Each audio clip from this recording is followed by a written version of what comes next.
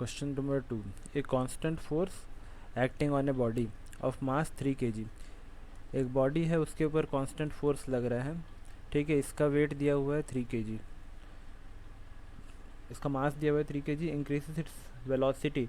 इसका वेलोसिटी पहले कितना था, 2 मीटर पर सेकंड था, अब बढ़कर कितना हो गया है, 3.5 मीटर पर सेकंड हो गया है. कितना टाइम लगा है, 25 सेकंड लगा हुआ है सबसे. और लास्ट में बोला है determine the magnitude of the force applied. जो फोर्स अपन लोग कंटिन्यूसली लगा रहे थे उसका कितना है मैग्नीट्यूड, ये निकालना है. मैग्नीट्यूड मतलब फोर्स कितना है, बस ये निकालना है. तो क्या क्या दिया हुआ है, सबसे पहले दिया हुआ है मास. मास इज इक्वल टू कितना दिया हुआ है, 3 kg, लिख लिए.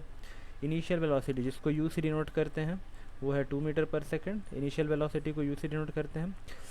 वी से अपन फाइनल वेलोसिटी को डिनोट करते हैं. वी इज इक्वल टू हो जाएगा हमारा 3.5 मीटर पर सेकंड. और टाइम जो लगा है वो है 25 सेकंड, ठीक है. अब देखो हम लोग को फोर्स निकालना है, तो फोर्स का फार्मूला होता है force is equal to mass into acceleration.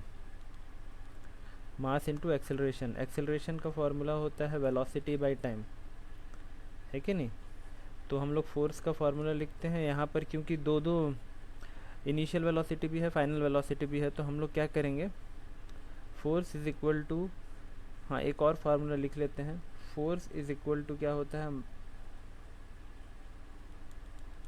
Sorry, force की जगह हम लिखते हैं P is equal to mass into velocity होता है ना. P का मतलब यहाँ पर दिया हुआ है momentum.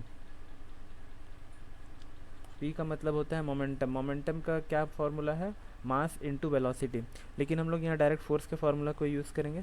Force is equal to mass into acceleration. यहाँ मास ले लिया, एक्सेलरेशन की जगह हम लोग क्या कर लेंगे, V कैपिटल, मतलब कैपिटल बोल रहा हूँ, final velocity minus initial velocity u divided by time.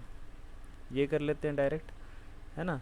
तो force is equal to final velocity हमारा है 3.5, मास दिया हुआ है 3 और इनिशियल वेलोसिटी दिया हुआ है 2, डिवाइडेड बाय टाइम दिया हुआ है हमारा 25 सेकंड. तो अब इसको सॉल्व करेंगे तो आंसर आ जाएगा 3 इंटू 3.5 माइनस 2 कितना हो जाएगा, 1.5 डिवाइडेड बाई 25, है ना. तो ये हो गया हमारा 3 इंटू 1.5 डिवाइडेड बाई 25. इसको 5 से अपन कर लेते हैं, 0.3 आएगा इसका आंसर. इसका आएगा 5,025. तो ये हो गया 0.9 डिवाइडेड बाई 5. इसको फिर से डिवाइड करेंगे तो कितना आ जाएगा, 5 1 5, 5 1 5, 6 7 8 9, तो हो गया 5 8 40. तो 0.18 न्यूटन ये आएगा आंसर, ये 8 है.